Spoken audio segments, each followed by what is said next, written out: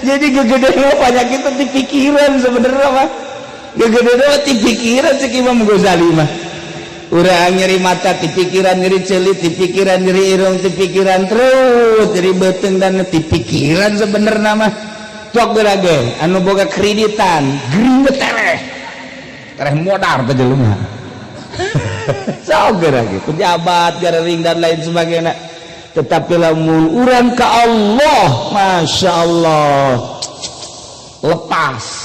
Assalamualaikum warahmatullahi wabarakatuh.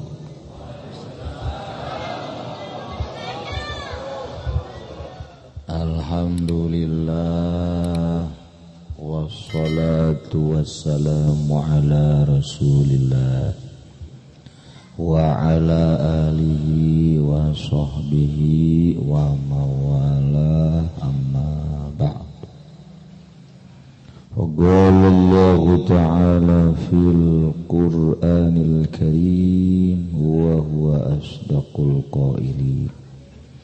A'udzu billahi minasy syaithanir rajim. Wa dzakir fa inna dzikra tanfa'ul mu'minin.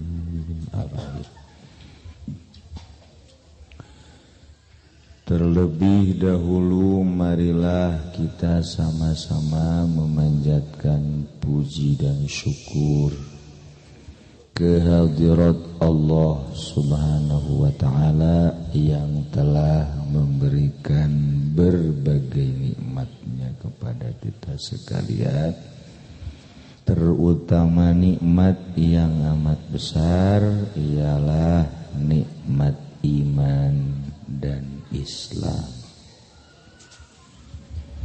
Shalawat serta salam semoga tercurah kepada junjungan alam Kangjeng Nabi kita, Kangjeng Nabi Muhammad sallallahu alaihi wasallam beserta para keluarganya dan para sahabat-sahabatnya, juga para pengikut-pengikutnya ila yaumil qiyamah. Yang saya muliakan para kesepuhan Kampung Doyong, Kampung Doyong.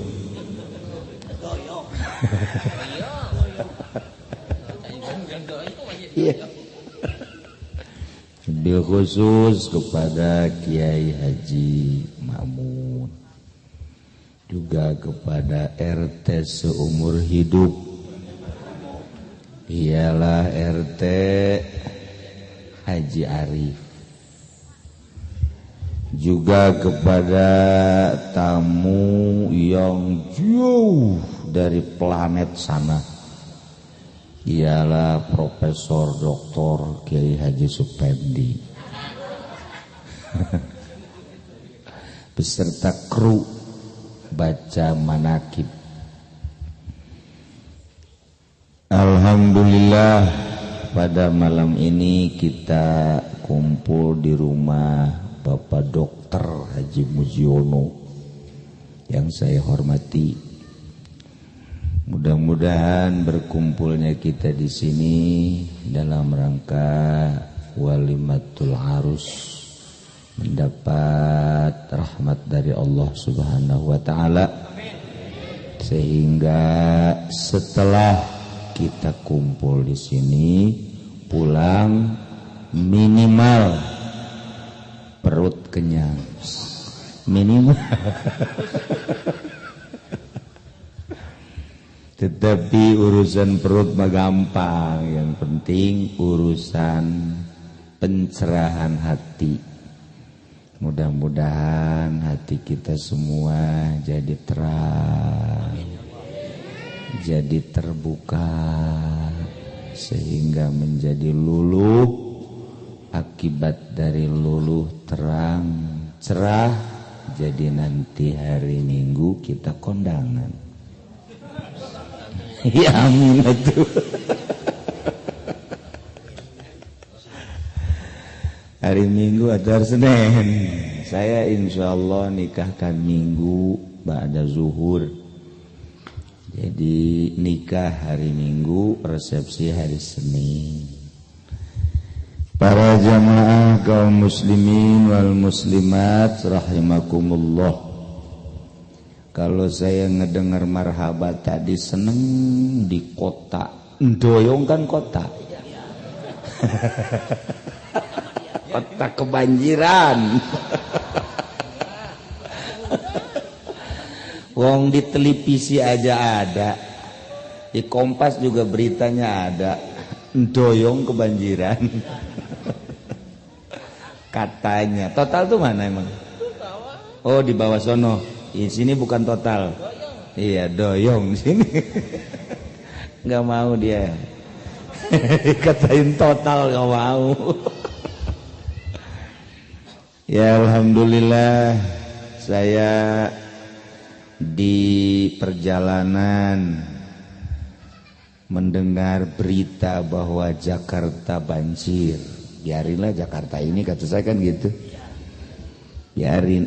Ada lagi berita istana juga kebanjiran, orang-orang istana siap boyong ke Bogor. Ya biarin lah, kata saya, biar pada mati juga ya nggak apa-apalah. Tapi pas begitu ada berita lagi total banjir, langsung saya ingat sama RT Arif, mati enggak dia ya? Masya Allah. Sebab kalau ditotalkan banyak teman-teman kita, banyak saudara-saudara kita jadi ingat. Masya Allah, ternyata ya alhamdulillah masih pada hidup. Ya masih pada hidup. Berarti kan gak apa-apa. Banjir gak ngaruh. Banjir kita kayak di Ethiopia, kelaparan beranak aja terus aja. Jadi kelaparan tuh nggak ngaruh. Ya alhamdulillahirabbil alamin. Malam ini kita berkumpul di rumah Bapak Haji Mujiono dalam rangka rasulan, bertawasul kepada ahli-ahli kubur, khususnya kepada Kangjeng Nabi kita, Kangjeng Nabi Muhammad Sallallahu alaihi wasallam, untuk memohon barokahnya. Sebab Pak Haji sekeluarga punya hajat, yakni punya maksud akan menikahkan putrinya yang bernama Pratiningsi dengan Nur Febri. Saya itu kalau ngedengar pertikahan cemburu. Iya, maksudnya jatah kita kan 4, kan baru 1. Iya, jadi cemburu saya. Kenapa yang lain lagi? 1 tinggal 3. Sama, beliau juga 1. Ini juga 1. Mobil punya, perusahaan ada, rumah punya 2-3, istri 1. Ini kan gak bagus ini. Iya, maksudnya gak bagus. Mestinya perempuannya yang nawarin. Kalau gak nawarin ya gak jadi. Akhirnya karena perempuannya gak nawarin, suaminya juga takut, ya cukup 1 saja. Yang penting sakinah mawaddah warahmah. Mau buat apa punya 2, punya 3, tapi sholatnya nggak khusyuk. Sebab yang diatur tuh cuma schedule kilir. Habis dari yang muda ntar kemana ya? Ke yang tua berapa hari ke yang muda lagi. Kapan mau khusyuknya sholat? Lebih dikit pentungan udah gini aja. Udahlah, kita merombongan 1 aja ya. Iya udah. Yang jelas nikah itu dianjurkan oleh agama. oleh syarak. Agama menganjurkan supaya menikah. Fankihu ma taba lakum minan nisa'i mathna wa thulatha wa rubah. An-nikahu sunnati, nikah adalah sunnahku. Orang yang tidak kawin, yang tidak nikah dibenci oleh Kangjeng Nabi. Orang yang tidak kawin dibenci oleh Kangjeng Nabi. Falaisa minni. Orang yang tidak nikah bukan termasuk umatku yang sempurna. Masya Allah. Kalau orang yang nikah berarti sudah dianggap umat Kangjeng. Kalau satu saja sudah dianggap, apalagi 2, 3. Sangat dianggap. Iya kan? Masya Allah. Nikah itu perjalanan Kangjeng Nabi. Bahkan seluruh Nabi nikah. Dan ada yang istimewa, Kangjeng Nabi Sulaiman istrinya 1000. 1000. Ya Allah. Maksudnya kok kuat ya? 1000. Bahkan pernah dijejer 1000. Antri. Maksudnya pengen punya anak laki-laki, kalau malam itu dijima 1000, maksudnya supaya hamil bareng, nanti melahirkan laki-laki semua, biar jadi prajurit perang untuk melawan musuh-musuh Allah. Perang gak usah sama orang lain, sama anak saja 1000 udah cukup. Ya Allah, itu Kangjeng Nabi Sulaiman, ya Allah, satu malam naikin 1000 kuat. Pamuji walaupun punya obat, 2 aja 2, besok ke rumah sakit. Ke rumah sakit besok. Ini 1000, ya Allah, ya Rabbi. Kuat. Mang Haji sapeting pernah seberapa kali itu? Udah godeng kepala dia. Waduh. Tanpa nikah turunan jadi kurang. Kalau kurang turunan berarti umat jadi kurang. Kalau umat kurang, kalau nanti ada serangan dari Amerika kan susah. Kalah kita. Sekarang makanya Amerika takut sama orang Indonesia. Ini banyak. Jadi jangan dulu tentara dah. Anak-anak kita aja yuk lu sono biar pada mati lu. Perang lu. Ya, kalau dia punya 1000 peluru, ya udah dikasihkan aja 1000 rakyat. 2000 peluru, 2000 peluru, udah tinggal gitu-gitu aja. Jadi tuker-tukeran. Ntar habis peluru kita kan masih hidup, kawin lagi kita. Para jamaah kaum muslimin wal muslimat rahimakumullah. Jadi lamun urang ieu hirup bersyariat dianjurkeun nikah. Tetapi ketika urang geus manteng hirup ka Allah, kadang-kadang teu hayang ka awewe.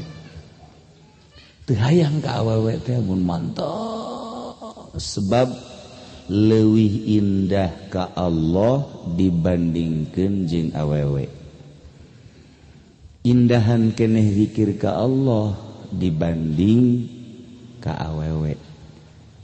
Komo bangsa mobil, motor, tuh nilai ya. Komo ngeridit mah cangkel, cangkel. RT Arif yang ngeridit baik kuru. Di dunia baik kuru, komo di akhirat dibelum sia teh.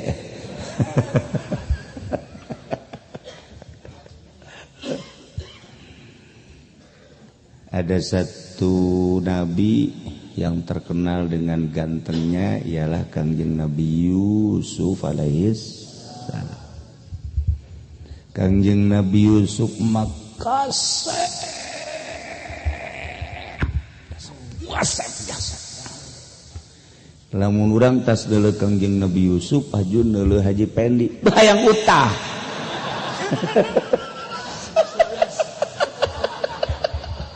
Sebel. Ku kasep-kasep dak orang deuleu nu kasep teh kan seneng hate teh jembar. Neuleu nu kasep, neuleu nu geulis hate senang. Walaupun lapar jadi terasa seubeuh. Tapi urang keur seubeuh neuleu Haji Pendi lapar. Ieu kan beungeut lain beungeut jelema beungeut perang ieu mah ya. Kangjeng Nabi Yusuf kasep mantap. Diibaratkan samangka dibelah dua, sabelah dibikeun ka Kangjeng Nabi Yusuf, sabelah babarengan urang kabehan. Uyuhan ieu urang aya irungan ieu bener teh. Uyuhan sapira sabelah samangka babarengan ku urang kabeh. Kangjeng Nabi Yusuf sabelah sorangan. Masya Allah.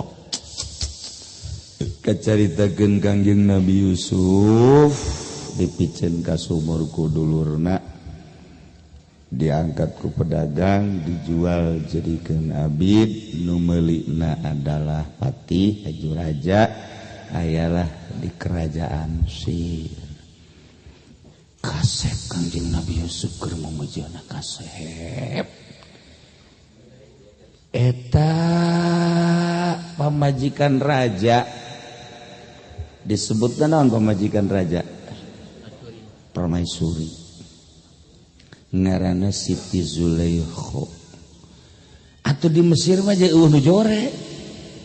Urang ka Mesir neangan nu penghek irung moal aya.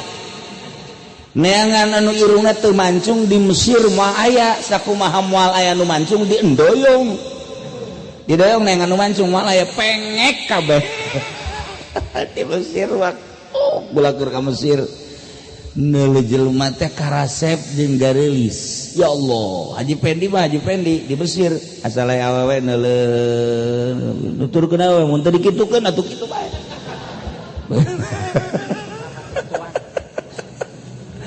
Garelis aya teu nabrak trotoar kan tempat.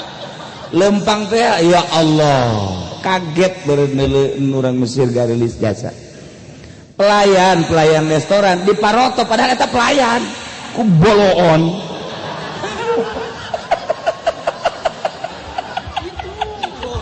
Tuh sudah tunjuknya nak eta pelayan lihat sapira pelayan atuh diparoto ku jadi dikieu. Waduh dasar aroplo kabeh. Masya Allah emang bener garelis bener di Yordan. Ya Allah ingat ke Haji Mamin bae Noel kakula cek Haji Mamin ieu lamun di urang jadi bintang film sakian ieu. Lawakina nya kasep awawena geulis mun di urang jara di bintang film di dieu mah ceknya jadi pelayan. Eta di Mesir karasep garilis komo Kangjeng Nabi Yusuf mah. Nah kacaritakeun Kangjeng Nabi Yusuf dipake kahayang ku Siti Zulaikha. Gancang caritana Kangjeng Nabi Yusuf di kamar disampeurkeun ku Siti Zulaikha. Siti Zulaikha na geus siap geus teu make calana jero. Mangkaning urang Mesir.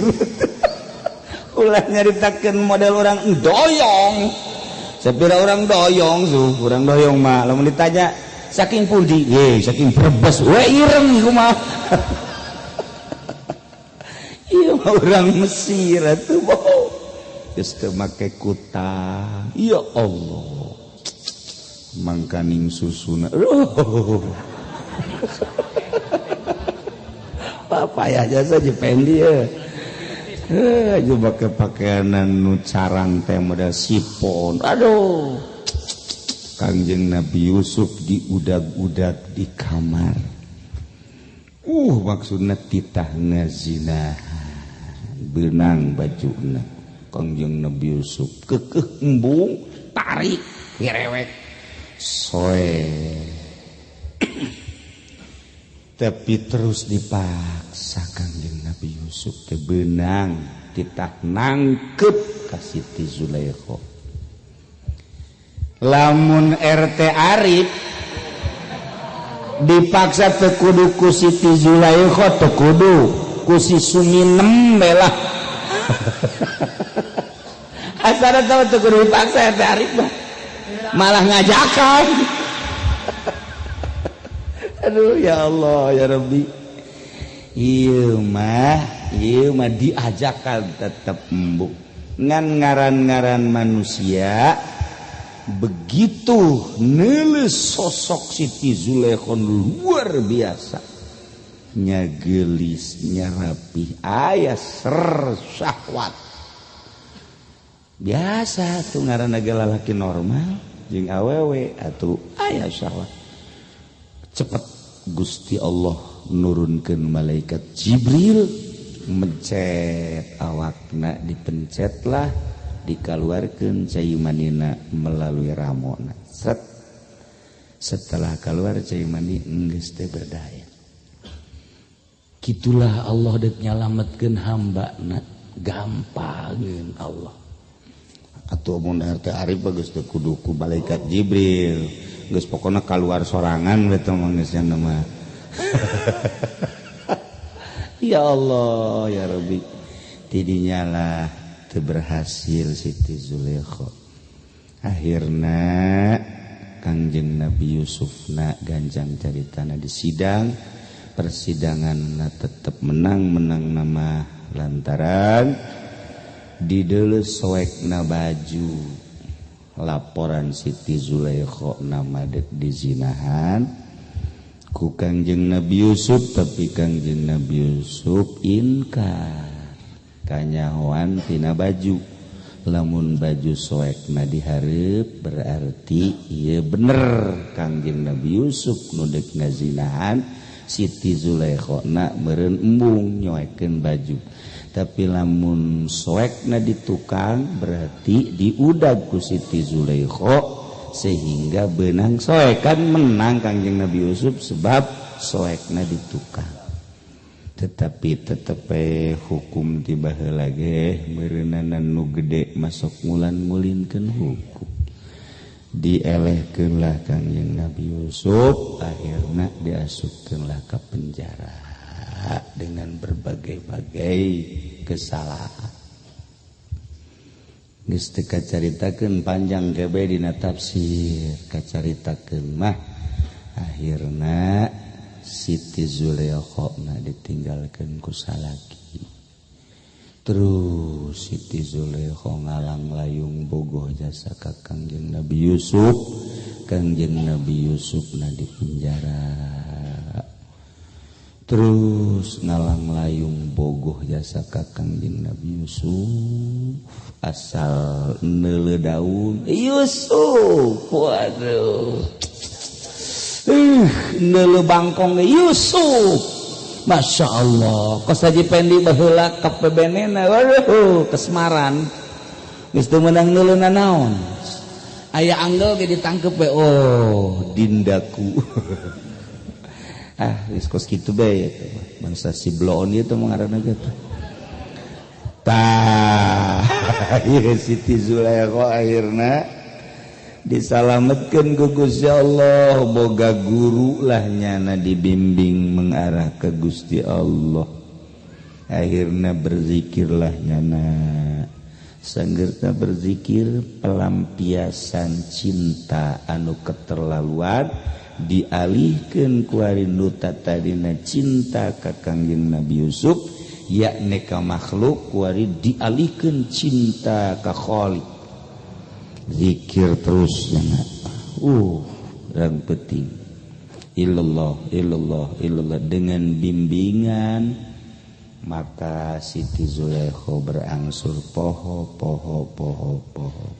manteng ka Gusti Allah kuari geus pindah rarasaan nuta tadina dedeleuan ieu teh jadi kanikmatan sesuai jeung watakna kuari teu nuta tadina dedengean indah mun ngadenge suara nu merdu sesuai jeung watakna kuari teu tatadina irung ngambe resep nu seungit-seungit dunia sesuai jeung watakna kuaring teu kitu kene sungut leungeun beuteung jeung sajabana drastis 180 derajat karesep kana urusan dunia beralih ke urusan akhirat. Masya Allah kuari indah jasa Siti Zulaiha. Duta tadina cicing di istana kuari mah cicing di hadapan jembatan. Tetapi keindahan cicing di hadapan jembatan teh ngaleuwihan cicing di istana. Di cicing di istana mariweuh kudu boga pangladen. Tukang ngepel, tukang sasapu ngaladenan dahar nginum pakaian mandi dan lain sebagainya. Riweuh keindahan dunia mah kuari mah di hadapan jembatan jeung Allah. Nikmatna luar biasa. Teka denge suara-suara nanaon, teka deuleu makhluk-makhluk, teka ambean duniawi, hiji be Allah mantep biasa. Siti Zulaiha geus teu inget ka makhluk kuari ka Allah we cicing hadapan jembatan. Allah nyeuri sorangan jeung Allah nikmat diangkat jadi waliyatullah ngeunaheun kahujanan kaanginan kapanasan teu karasa sebab ieu ruh keur ka Allah. Lamun geus kaedanan Allah moal aya panyakit. Boro-boro kaedanan Allah edan biasa ge teu kena panyakit. Edan biasa be edan biasa jeung urang mah dahar hati-hati minum hati-hati sesuai jeung aturan medis ulah loba teuing ieu coba ge tetep bae kena penyakit nu edan ngadaharna dipelbak urut batur teu gering-gering coba ge dulu nu edan lamotan hees di mana bae teu gering edan eta ai si eta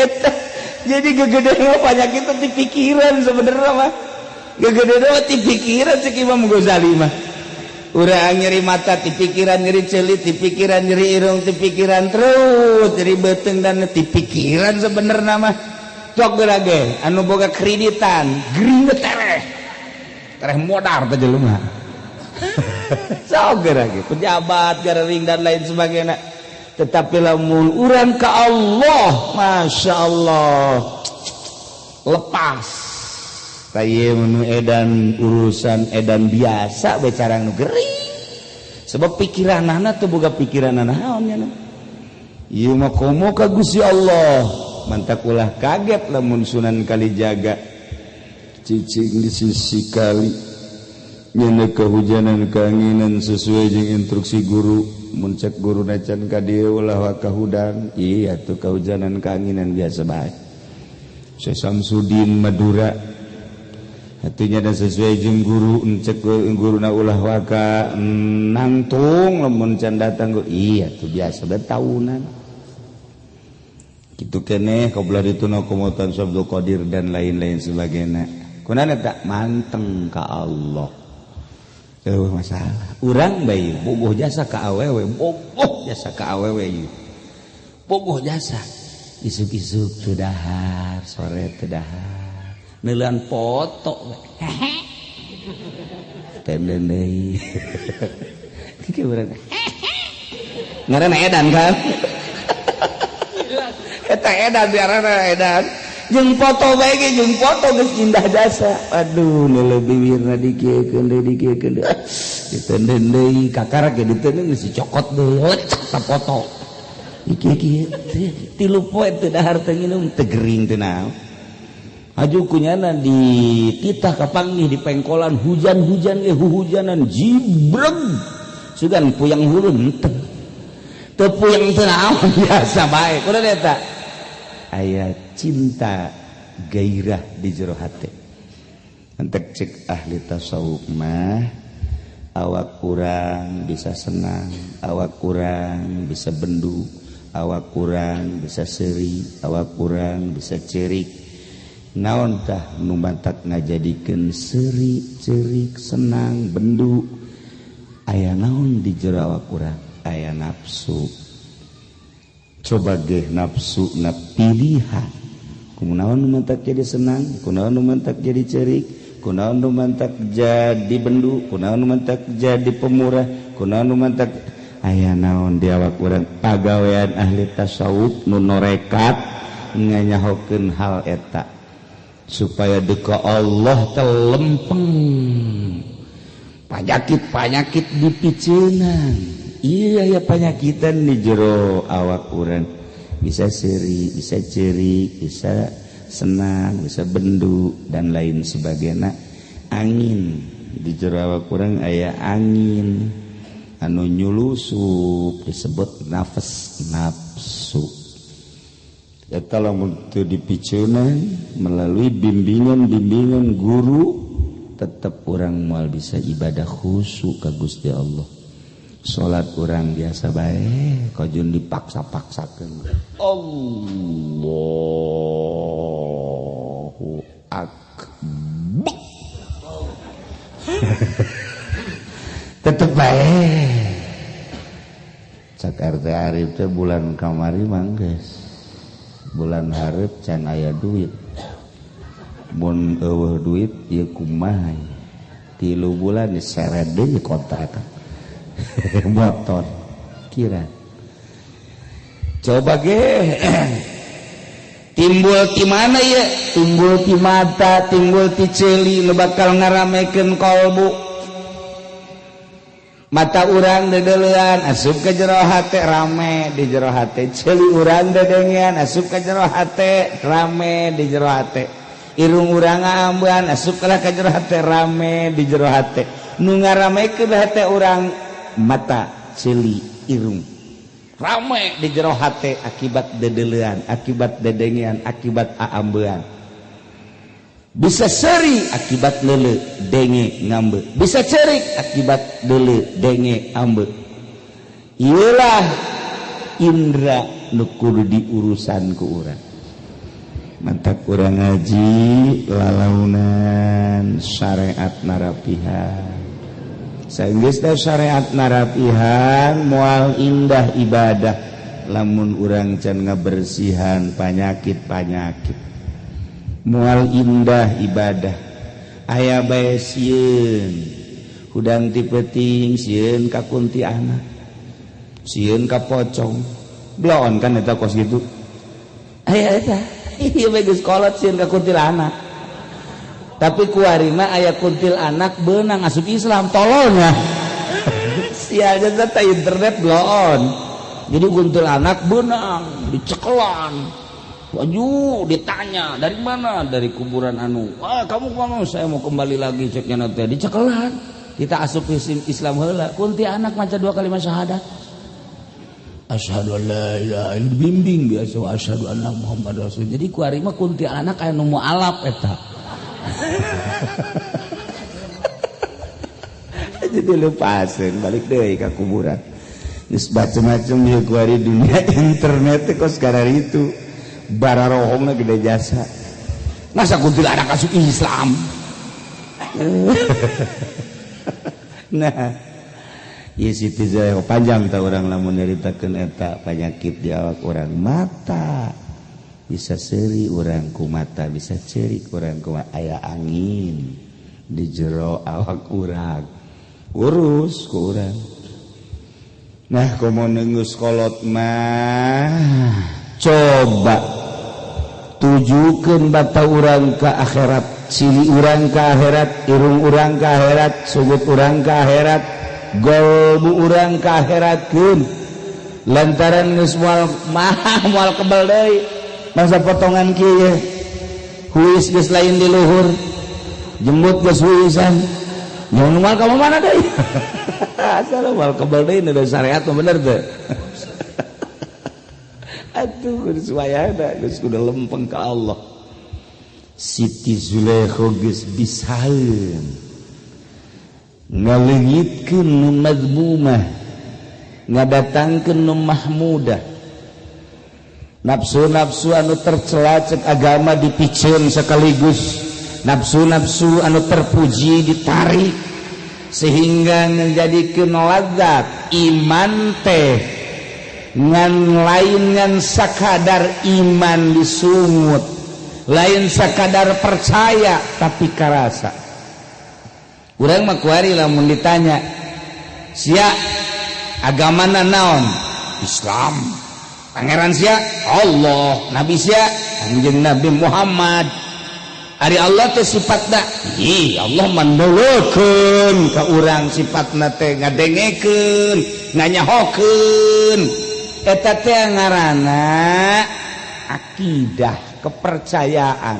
percaya urang mun ditanya Allah ngadengekeun urang Allah neuleukeun urang ngan can karasa cirina can karasa nyaho Allah neuleukeun nonton TV terus mending ngorakeuna geus kolot pan eta pan goblok-goblok da jelema geus kolot Ki Haji deui nonton TV keneh eta mah goblok bin tolol mun aya di dieu eta Ki Haji goblok bin tolol bin bloon mana buenya anak asa geus kolot SMS-an jeung jahe bloon kan eta ngaradakan teu karasa iman atuh urang lamun diaritakeun ka situ jahe can karasa sakumaha karasana urang lapar sakumaha karasana urang seubeuh urang nu ngarasakeun urang lapar karasa urang seubeuh karasa iman teh mun geus karasa isin ka Gusti Allah moal daekeun boga TV moal daekeun boga HP isin deuk nanaonan lah tuh pun urang mah geus atuh dijual HP memang kunaon dijual Jepang deuk meuli BlackBerry waduh deuk beli BlackBerry beneran waduh ganti urang mah TV kunaon teh dijual tasawufnya ai isukna ganti nu bude tah eta urang iman ngan can karasa lamun geus karasa teu hayang nanaon hayangna zikir maca sholawat maca Quran hayangna eta bae salat hayangna teh salat ieu teu kadengean ku Siti Zulaikha langsung kieu ilallah Allah geus ngeunaheun kuai rupa geus jadi nini Siti Zulaikha tapi iman jadi mantep ka Gusti Allah keur ngora iman luluh sehingga ngudag-gudag Kangjeng Nabi Yusuf barang geus kolot iman manteng teu hayang Kanjeng Nabi Yusuf kacaritakeun jadi raja begitu kacaritakeun jadi raja inget baheula teh dipikah hayang ku seorang permaisuri ngaran Zulaikha deuk diteangan cek Kanjeng Nabi Yusuf jaboga pamajikan teh jadi raja mah hendeuk sabaraha bae oge di zaman harita mangga teh teuing deuk diteangan lantaran ieu Siti Zulaikha bogoheun jasa aya nu ngabejaan Tuan Raja Yusuf aya Zulaikha di mana Tuhan dapeun jembatan diudag ku Kangjeng Nabi Yusuf Kangjeng Nabi Yusuf make pakaian kebesaran kerajaan make mahkota kerajaan kuda anu disiapkeun kuda di istana berangkat Kangjeng Nabi Yusuf sorangan dek nyamperkeun Siti Zulaikha kapagihan dapeun jembatan Assalamualaikum cicing bae Siti Zulaikha Assalamualaikum cicing bae tanya Assalamualaikum cicing toel aku Kangjeng Nabi Yusuf neng waun teu ka akang teu cek deuleuh lah deuleuh ieu nu kasep teh anu kasep teu wau cek Siti Zulaikha ke coba ieu lain Zulaikha cicing bae coba pandang ieu saha teu wau cek sugan di hati aya saha anu dipake ka deudeuh ka memet jeung ka cinta eueuh nu aya di hati saha kuari eueuh iwal ti Allah masyaallah ieu tadi deuleu coba sahanya ieu Yusuf oh Yusuf cek Siti Zulaikha Yusuf ya jangan sakituna aduh ya Allah cakang Yusuf harawat Zulaikha hayu urang ka istana embung cekna jang naon dunya lain pan maneh baheula teh ngudak kula ieu kula kuari Yusuf geus jadi raja yuk urang ka istana baheula kaula ngudag-gudag maneh keur can wauh jeung Allah ketika kaula kuari geus wauh jeung Allah makhluk mas sataiko ku henteu indit maneh Yusuf kula baker jeung Allah boh cek Kangjeng Nabi Yusuf murigak buru aya eta ka Kangjeng Nabi Yusuf komo ka Haji Pendi mah meureun ditendang jeung diciulan geus teu aya geunya teh dulu Haji Pendi mah boro-boro Siti Zulaikha atuh si Suginem ngempungeun Suminem nah iyalah lamun geus ka Allah geus poho segala rupa urang kuari lantaran ka Allah na setengah-setengah atau teu meunang manggi awewe komo nu nyingsat manggi nu nyingsat geus kolot ge kieu bae aduh tah budak seutik deui mah seutik deui kadeulian aduh belum tuh coba nyana naik angkot amprok jeung pahareup-hareup jeung si mbana make rok mini kieu kahayang kula mah jageus kolot malingeus atuh kieu nya jageus kolot mah pantes kieu teu jana mah datang ka si mbana isinin ipet-ipetan kikieuan anyar terus bae kieu dasar geus kolot belon eta kulan teu boga ka isin imanna ipis jasa iman ipis atuh geus bae neuleuh kikituan ieu mah kieu we da jujur hatena seutik deui we teu budak kadeuleu teu apemna aduh nah kuari mah ulah ngukur ka Haji Pendi urang bae lah mun awe liwat pingpingna kadeuleu ku urang dilirik apa peureum coba babarengan coba peureuh apa dideleu terus RT Arif bloon atuh eta mah ukuranna kitu bae sih ukuranna geus urang lamun aya we liwat pingpingna putih dideleu kadeleu ku urang teh duh tah eta teh kan haram urang baheulanan urang mun heuleu kitu tah peureum apa peureum hah entah berarti iman urang ipis kena jasa masih kena resep mata pakai neuleuh sesuai jeung watakna ipis berarti ieu mah jang ukur-ngukur diri urang bahwa diri urang ipis kena iman teu berani urang meureumkeun mata ketika neuleuh nu diharamkeun ku Allah meureun aya zina ona meureun urang ge embung aya zina mah meureun misalna aya awewe rangda aju ka Haji Arif ci ka dieu aya naon kula mah ieu asal disarean bae sedekah lillahi taala cak eta Arif teh sedekah si sedekah embung aing tetep kula ge percayalah ka RT Arif aya kudu numpakan mah pasti madaekeun wah kula ge iman mah ayaan nya ge aya kudu numpakan membungeun nya ge embung aing cek nya aku mau jore mah embung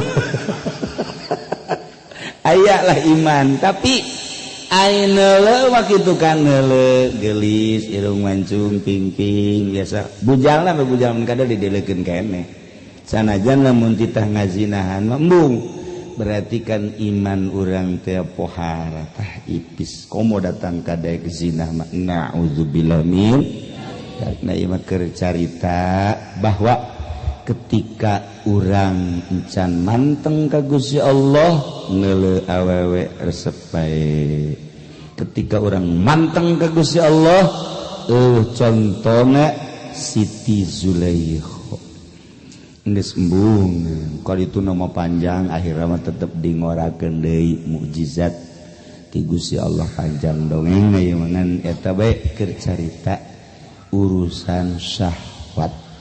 Mun urang bisa bersihan nafsu-nafsu urang. Loyog urang ge lain deui, kadeuleu loyogna lain deui, leumpangna lain deui, lirikanna lain. Tak kadeuleuan aya jelema bisa ibadah di hiji lembur kadeuleu, kanyahoan, kaambeut. Sebab naon? Dina leumpang lain, dina lirikanna lain. Dina segala naga lain we lamun geus ninggalkeun watek mata ceuli irung bakal kapanggih ke jeung baturna nu akur jeung nyana.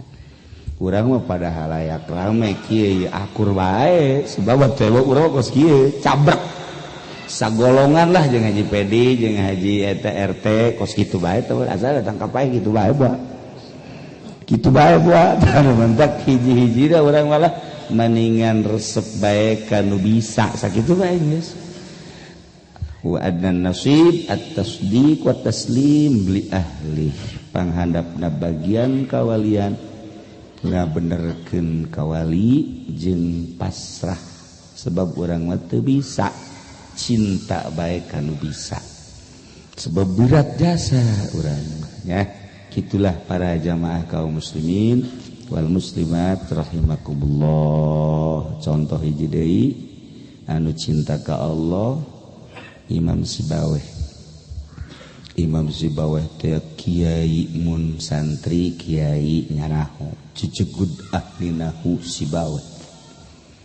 Mulai dua keputusan grammar pembacaan.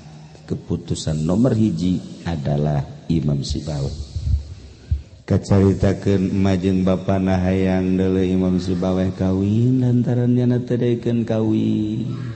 Akhirna dikawinkeunlah ku bapana ka hiji awewe nu geulis, pinter, turunanana bagus.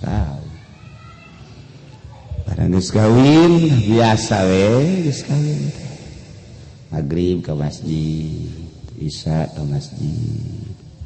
Pemajikanna di jero kamar atuh geus bersoleh, siap tempur. Teu pake calana, teu pake kutal. Geus mantep. Mun Haji Peni geus teu babanyo acan. Langsung ceklak bae geus sakumaha naik sado. Tetapi Imam Sibaweh balik di masjid dah ngamparkeun sajadah salat Allahu Akbar. Likum Allahu Akbar dideleukeun ku pamajikanana sampai jam 1 jam 2. Wah, cak nyana meureun moal malam ieu mah. Meureun geus benteu malam eta salamet. Malam kadua kitu keneh. Salat di Allah. Malam katilu salat keneh bae.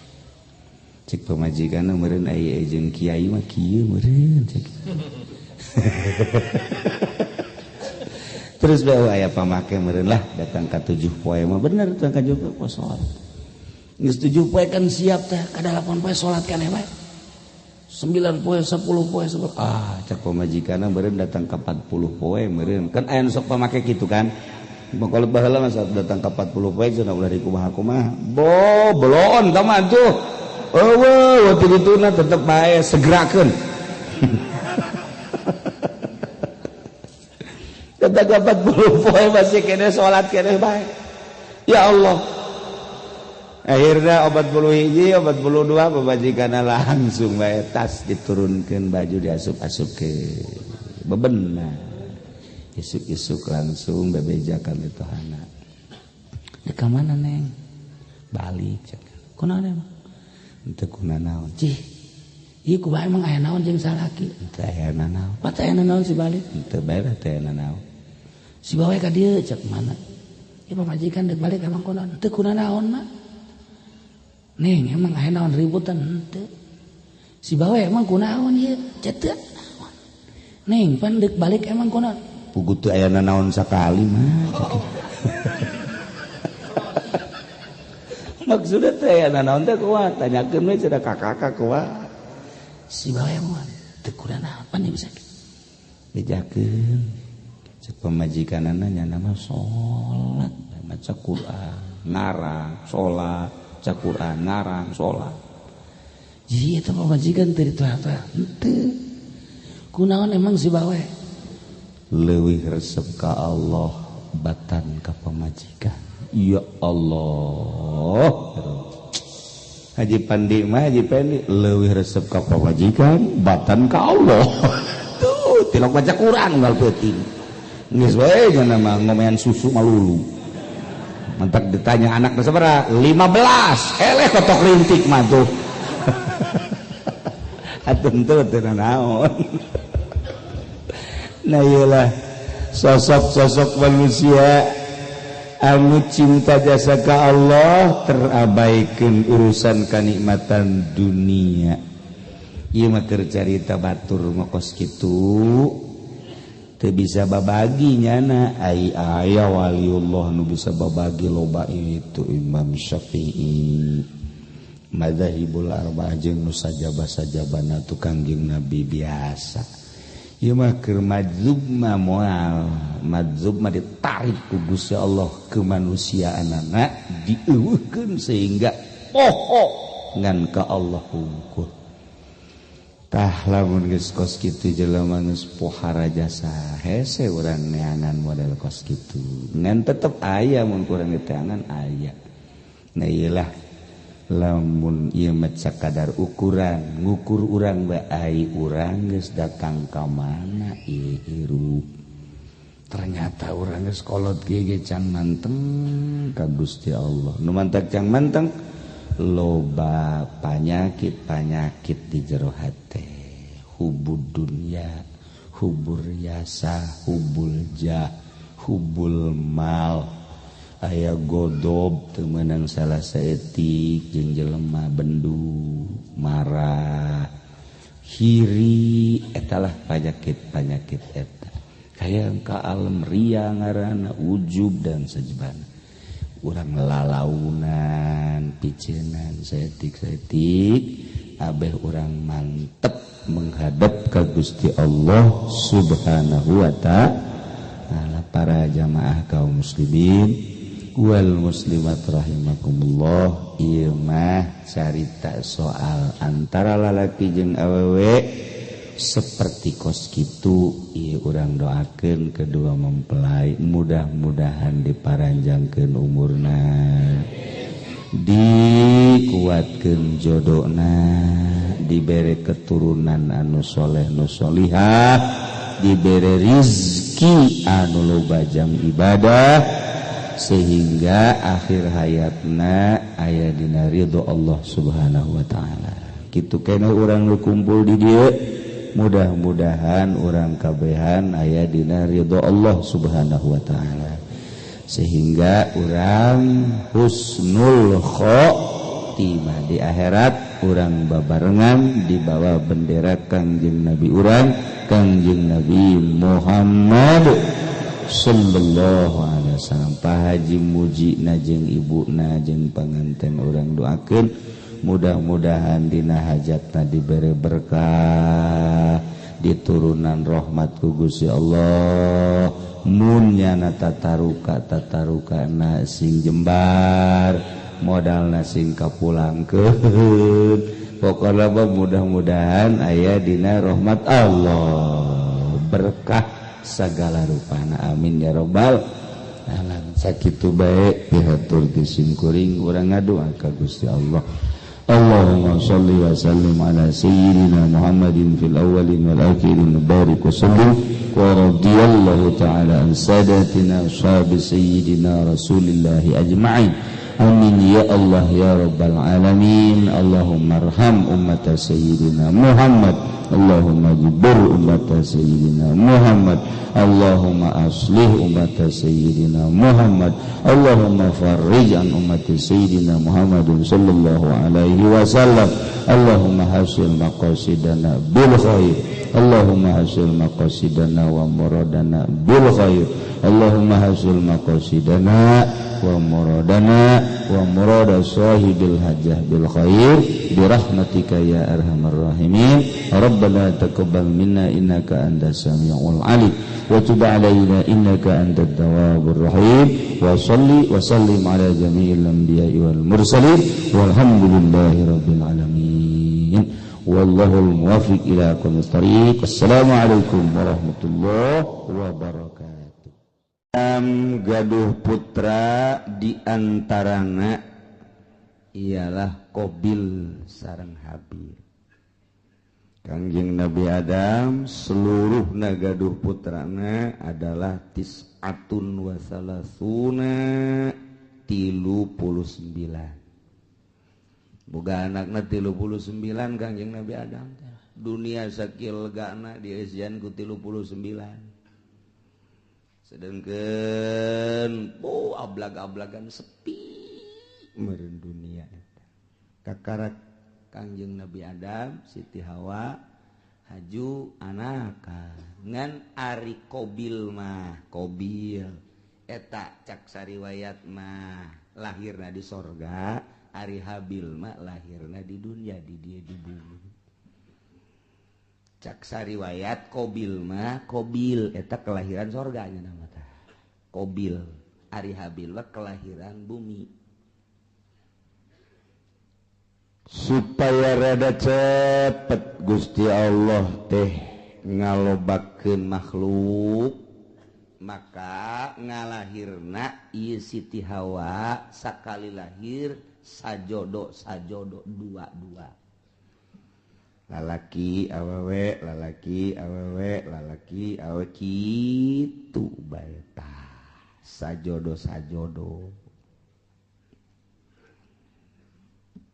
tah kabeneran Qabil mah ngajodona ieu jeung hiji awewe nu ngaran Iqlima geulis. Ai Habil sajodona jeung Labuda rada kurang geulis. Modal berbes lah gitu. Rada kurang geulis. Sedangkan instruksi ti Gusti Allah kawin teh silang. Disilang kawina lamun tadi Qabil ngadulurna ieu adalah jeung Iklimah, tah si Iklimah anak kudu kawina jeung Habil. Habil anu tadi kaluarna ngajodona teh jeung Labuda, tah Labuda kawina teh jeung Qabil. Jadi disilang-silang. Anu pertama lalaki awewe, nu kadua lalaki awewe. Tah lalaki nu kadua kawin ka awewe nu pertama. Lalaki nu pertama kawin ka awewe nu kadua. Kitu bae tah silang ulah dikawin kuno babarengan jeung ngalahirna harita. Jadi teu meunang bareng jeung kembaranana. Eta lah hukum di zaman Kangjeng Nabi Adam alaihis. Kawin dipersilakeun geus aya instruksi kawin, cuman instruksi hukumna kudu disilang teu meunang jeung kembaranana. Eta hukum mulai tadi dijata. Lantaran begitu diinstruksikan kawin. Umur kakarak 20 tahunan kabeh ge. Instruksi ti Gusti Allah kawin seperti eta, sak ti Qabil kakakna ngeunah bae sia Habil dikawinkeun ka kembaran aing geulis ka mapan ayeuna si bae. Kawin ka kembaran sia ieu. Dideuleu atuh kulit. Ya berebes lah. Cak urang berebes, emang ulu geulis gitu di berebes. Tah eta kos kitu tah. Jadi kurang naon gitu amperna kurang naik Qabil. Jol we iblis datang ka jero hatena mulai ta iblis. Iblis ge pan diusir di sorga leuwih ti heula pan iblis. Wah ini cak iblis bakalan gua. Asup ka jero hatena, Bil. Siapa pan kelahiran sorga sarua jeung aing. Mulia urang atuh. Habil onam kelahiran bumi India. Urang mah lain deui mulia tuh. Nu mulia ulah sok kawin kana jore. Penghinaan engke nu timbul. tetep mulia mah kudu kanu geulis bae. Mun kawin kanu joreng mana teuing engke jelema jeung ke kadituna anak incu. Oh, Kobil mah kawinna kanu joreng. Tah eta kan isin tah Bil. Cak jurig teh cak jurig. Pugu cak yana teh atuh. Pugu embung ieu ge. Eta mah Abah ngomong, cenah hukum-hukum ti Allah eta bohong sebenarnya mah. Eta bohong eta eueuh ti dituna eta mah kabisa Abah bae Abah teh deudeuheun ka Ki Habil ka adi sia nu mentek dikawinkeun kudu ka kembaran sia nu geulis ai sia nu kakakna nu kelahiran di ditu kudu kawin ka adina Habil eta teh lain ti Gusti Allah kajen kukumaha ge bibisaanan bapa sia Adam ngaranna instruksi ka ditu demo habuk ka ditu kamari kan demo ka Jakarta demo pugu ieu ge cak Kobil teh aing tetep bae embung kajian kumaha ge embung bae beja ka Abahna bah naon Kobil ubah Abah bae ieu nu bener ieu utar atur nikah ieu aya kitu instruksi tu Gusti Allah asal teu adil kos kieu ieu manya ai kula dikawinkeun kanu kurang geulis ari Habil dikawinkeun kanu geulis tak ieu teh akur kos kieu teh lain ti Gusti Allah kajen kukumaha ge kadengen ku Habil cek Habil teh Kobil ulah kitu aing mah ja andai kata aing titah kawin kanu jore aing mah daek bae namun bener-bener ieu instruksi ti Gusti Allah aing mah geus kumaha Allah bae lantaran dia moal kembali hidup di dunia engke ge urang bakal baliknya ka Allah darah sia ngomong sangeunahna bae geus bae we ieu mah bohong ieu lain ti Allah ya kajen kukumaha lain ti Allah ieu mah kajen ti Abah ieu mah emang Abah bangka warah ya mulai ta eta lamun sok nyerekan Abah teh eta mimitina tah tidinya tah di Cikubaya duaan tah sok nyerekan Abah tah iya Masya Allah mulai tidinya cak Kangjeng Nabi Adam ita amarallahu Allah marintah ayu zawja Qabila labuda ukhtabil wa zawja Habil yaqlima ta eta teh instruksi ti Gusti Allah cak Kangjeng Nabi Adam anjeun Qabil kudu kawin ka labuda dulur Habil kudu kawin ka dulur itu Qabil ngaran Iklima instruksi Allah teh bisa cak Qabil kajian kukumaha kula mah embung kajian kukumaha tetep kula mah sakali embung sebab ieu kula mah teu percaya bahwa ieu teh hukum ti Gusti Allah teu percaya mulai kakarak aya sakituan ge hukum Allah geus ditentang cek urang mah tuh kakarak tarurun ti sorga pan teh saeutikan keneh jelema teh atuh mantak naon narurut ka Kangjeng Nabi Adam henteu tanggeus mulai henteu nurut ya Allah terus bae iblis teh daekeun leupas ti Qabil ieu mah kajian kukumaha kudu selesaikeun masalah ieu selesaikeun ieu mah lamun terus-terusan kieu pan isin ka kadituna ieu isin urang engke banyak Qabil kawin jeung nu jore aya Habil kawin jeung nu geus tah eta isin gengsi ieu gengsi urang mah panturunan sorga oh moal ini moal kajian gua tetep bae teu hayang aing mah ajeun geus kieu kumaha kajian kukumaha ge urang pokona pas ini bae heula tah tidinya Qabil mikir pas ini unggal poe sakumaha ucing jeung anjing asal kapangiwang kaki Qabil teh kaki Habil teh tuntutanana Qabil luar biasa lobana Qabil mah kakakna Habil adina Habil mah nurut bae aing lah kumaha bae sabodo Allah nu penting mah urang mah ibadah nuturkeun aturan Gusti Allah Subhanahu wa ta'ala lantaran terus-terusan memuncak permasalahan teh tah kuari mah diinstruksikeun kieu ayeuna mah kieu bae atuh nyieun korban lamun memang bener-bener ieu teh kitu menang ti Gusti Allah maka engke aya tandana mun maneh teu percaya bahwa ieu teh instruksi ti Gusti Allah sok nyieun dumades maneh ka Gusti Allah taqarrub ka Gusti Allah sapopoe teh sapopoe maneh mah ieu Qabil cak Kangjeng Nabi Adam teh kunaon teu inget ka nu nyieuna ieu tuturkeun Gusti Allah ibadah ka Gusti Allah moal kebal hirup di dunia tuh deuleu Qabil tuh Habil mah nurut jasa adina kabeneran nurut kakana kurang nurut datang ka kuari teh kakak sok rada kurang nurut teh heran orang-orang ati dituda eta ya Allah eta kos kitu yes nyen korban kuari mah nyin korban naon nu dikorbankeun ku maneh Qabil ulama supaya Gusti Allah narima ka kula dikorban lantaran kula mah petani hasil tani bae ayo gerak kumpulkeun maneh Habil naon kula mah lantaran pangangon embe kibas kula mah cirina naon cak Qabil ieu bahwa korban ditarima ku Gusti Allah jeung teu ditarimana engke cak Kangjeng Nabi Adam lamun ditarima bakal turun langsung ti langit seuneu set engke ngalahap anu ditarima mun anu maneh Qabil ditarima bea engke garing dihakan seuneu dilentam seuneu lamun nu ieu anu ditarima nu kono Habil nu embe beak ku seuneu kitu bae oke cek nyana jadi geus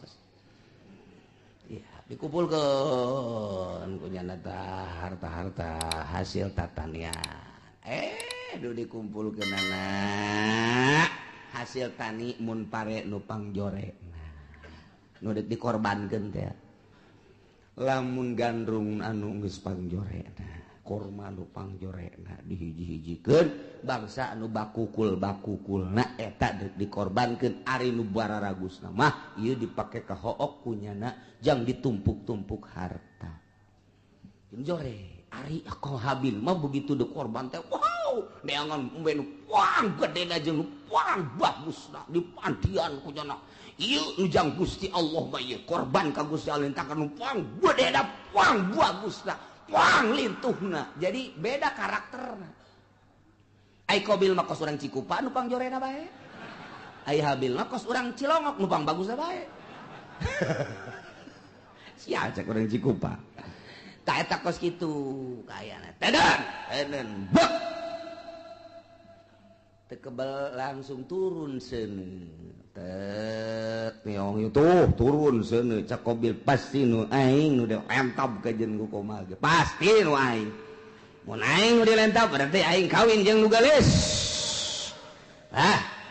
mun aing teu dilentab berarti ieu teu beres urusan ieu turun seuneu ka dieu ka ditu aing nu dilentab embe plek seret bawa ka luhur teh aya tinggal ieu bae korban Qabil hasil tatangin hasil tani nu jarore teh teu dilentab ku seuneu tuh cak Kangjeng Nabi Adam nu ditarima nu mana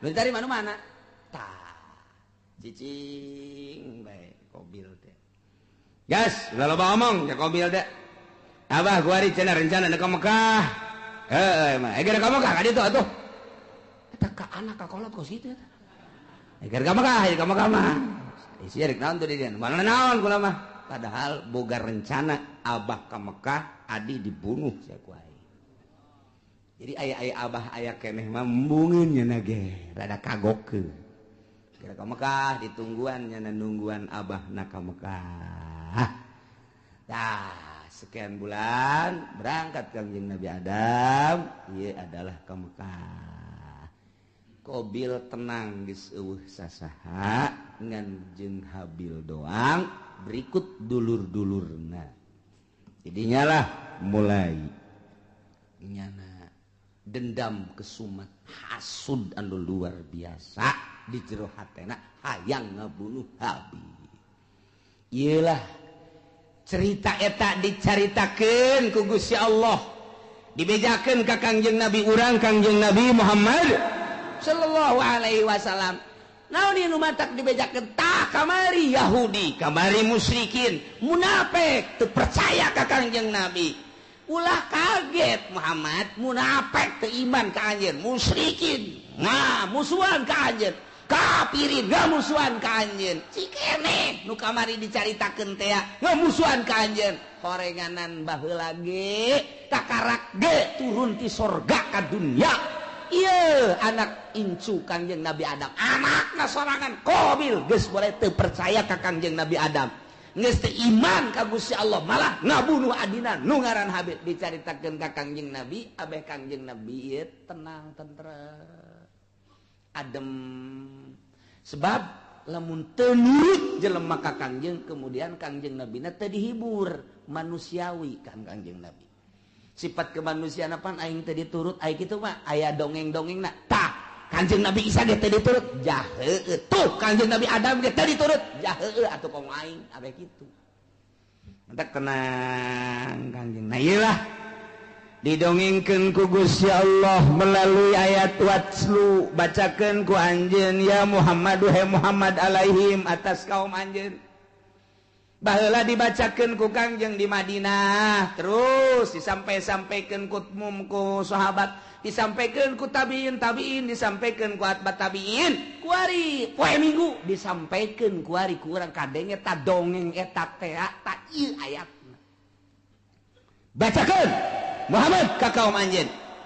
Naon naba'ab ni Adam, berita anak dua Kangjeng Nabi Adam alaihis nu ngaran Habil jeung Qabil, caritakeun bil haqi kalawan sa bener-benerna. Il qurba qurbanan, waktu Qabil jeung Habil ieu diperintah dumadeheus ka Gusti Allah nyieun kadeus, nyieun kadeheus, nyieun takrub melalui kurban ilallahi ka Gusti Allah nu dilaksanakeun ku Habil. Habil makibas, Qabil mah hasil tani yakni zar'u. Patukubila min ahadihima, ditarima na ti salah sahijina hungkul nyata nu ditarima nu Habil. Ari nu Qabil mah teu ditarima walam yutaqabbal minal akhar.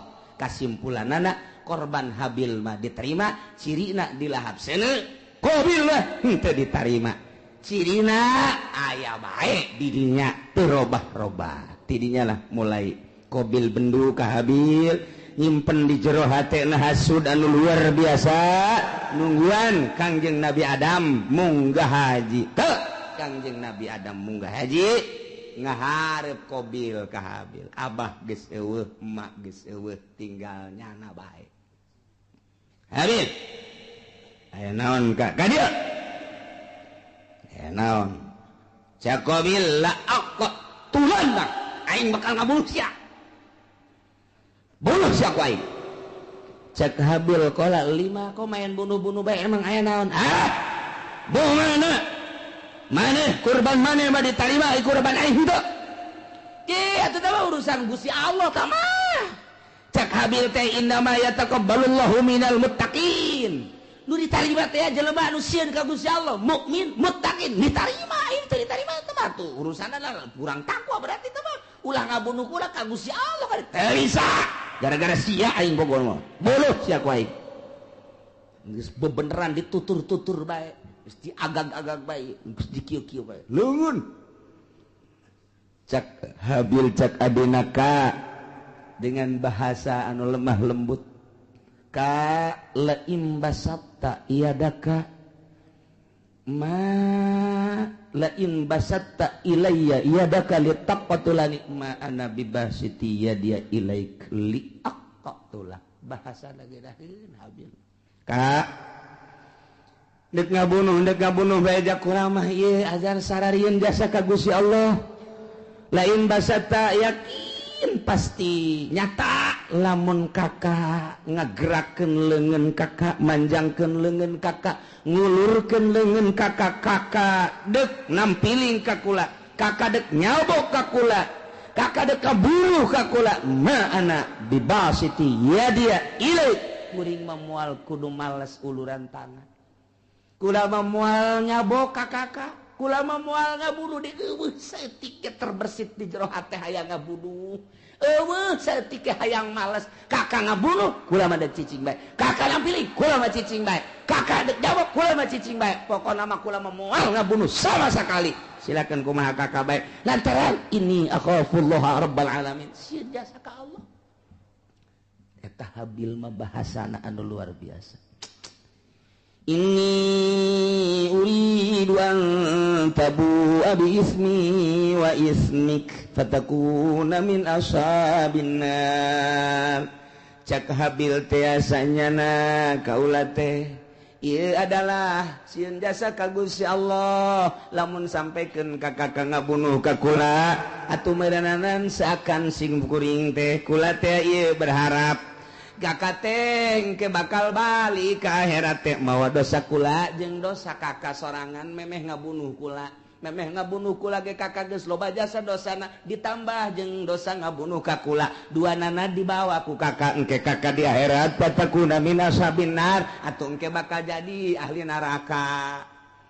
Ta ieu bahasana luar biasa aya bahasa inni uridu an tabua sanyana kaula ngarepkeun kana yen babalik berarti boga harepan lain boga harepan lantaran eueuh maksud males ngabunuh seakan kos nu mengharap nyana teh dibunuh lain mengharap dibunuh urusan dibunuh mah mangga kumaha kakak ngan kula henteu ngamaksud dek ngabunuh lantaran cak Kangjeng Nabi ge al qatil wal maqtul finnar.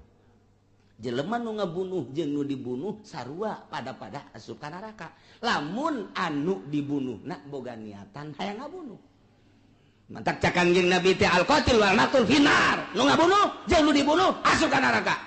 Cak sahabat Gusti Rasul, aya nu ngabunuh mah kaharti ka neraka, aya nu dibunuh, panu dibunuh ge nyana teh lamun imkan mah hayang ngabunuh. Oh jaheuh nya nyana ge ngan eleh bae gelutna.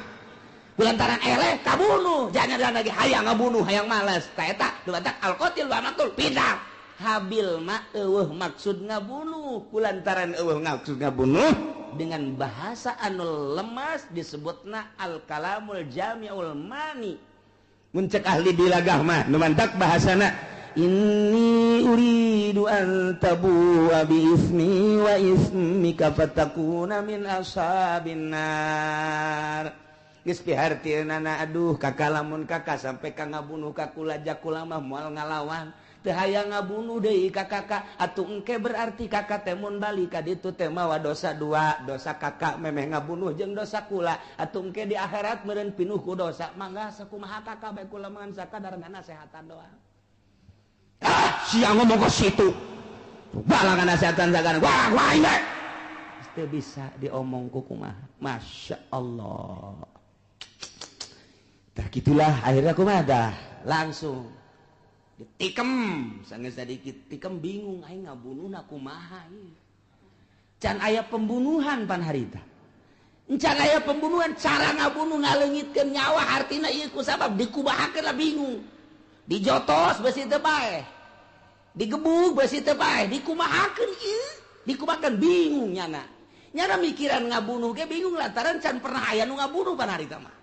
Manusia pertama nyana eta anak Kangjeng Nabi Adam anu ngamimitian dek ngabunuh datang ka ngabunuh ge bingung kumaha carana. Ngalamun bae Habil geus aya bae di sisi dicekelan bae kieu dek dibunuhkeun bingung cara ngabunuhna kumaha. Cara ngabunuh sok iblis asup deui ka jero hateun. Aya sia bodoh-bodoh teh atuh ngabunuh bae heseun amat. Cak iblis ya, aduh itu kumaha aja can orang anu dibunuh. Japan ieu manusia kakara ke urang doang. Ngomong aja di jero hate jeung iblis. Ya kadeulekeun ya. Deulekeun ya. Cat bae iblis teh keluar nu hiji. Tek.